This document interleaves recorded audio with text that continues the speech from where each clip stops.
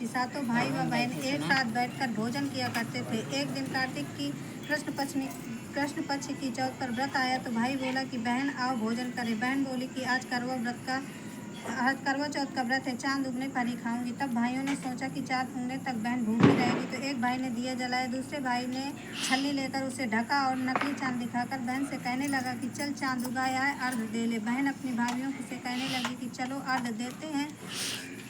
तो भाभियाँ बोली तुम्हारा चांद उगा होगा, हमारा चांद तो रात को उगेगा। बहन ने अकेले ही अर्घ दे दिया और खाना खाने लगी तो पहले ही गिलास में बाल आ गया, दूसरे गिलास में कंकड़ और तीसरे गिलास मुंह तक किया तो उसकी ससुराल से संदेशा आया कि उसका पति बहुत बीमार है, जल्दी भेजो। माँ ने जब लड़की को विदा किया तो कहा कि रास्ते में जो भी मिले उसके पाँव लगना और कोई सुहाग का आशीष दे तो उसके गले में गांठ लगाकर उसे कुछ रुपए देना। बहन जब भाइयों से विदा हुई तो रास्ते में जो मिला उसने यही आशीष दी कि तुम 7 भाइयों की बहन, तुम्हारे भाई सुखी रहें और तुम उनका सुख देखो। सुहाग का आशीर्वाद किसी ने भी नहीं दिया। जब वह ससुराल पहुंची तो दरवाजे पर उसकी छोटी ननद खड़ी थी। वह उसके भी पैर लगी तो उसने कहा कि सुहागिन और सपूती हो। बहन ने यह सुनकर पल्ले में गांठ बांधी और ननद को सोने का सिक्का दिया।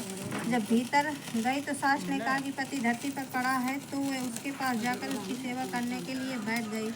बाद में सास ने दासी के हाथ बची कुची रोटी भेज दी। इस प्रकार से समय बीतते बीतते मार्गशीर्ष की चौथ आई और चौथ माता बोली करवा ले भाइयों की प्यारी बहन करवा ले। लेकिन जब उसे चौथ माता नहीं दिख गई तो वह बोली हे माता, आपने मुझे उजाड़ा है तो आप ही मेरा उद्धार करोगी, आपको मेरा सुहाग देना पड़ेगा। तब वह चौथ माता ने बताया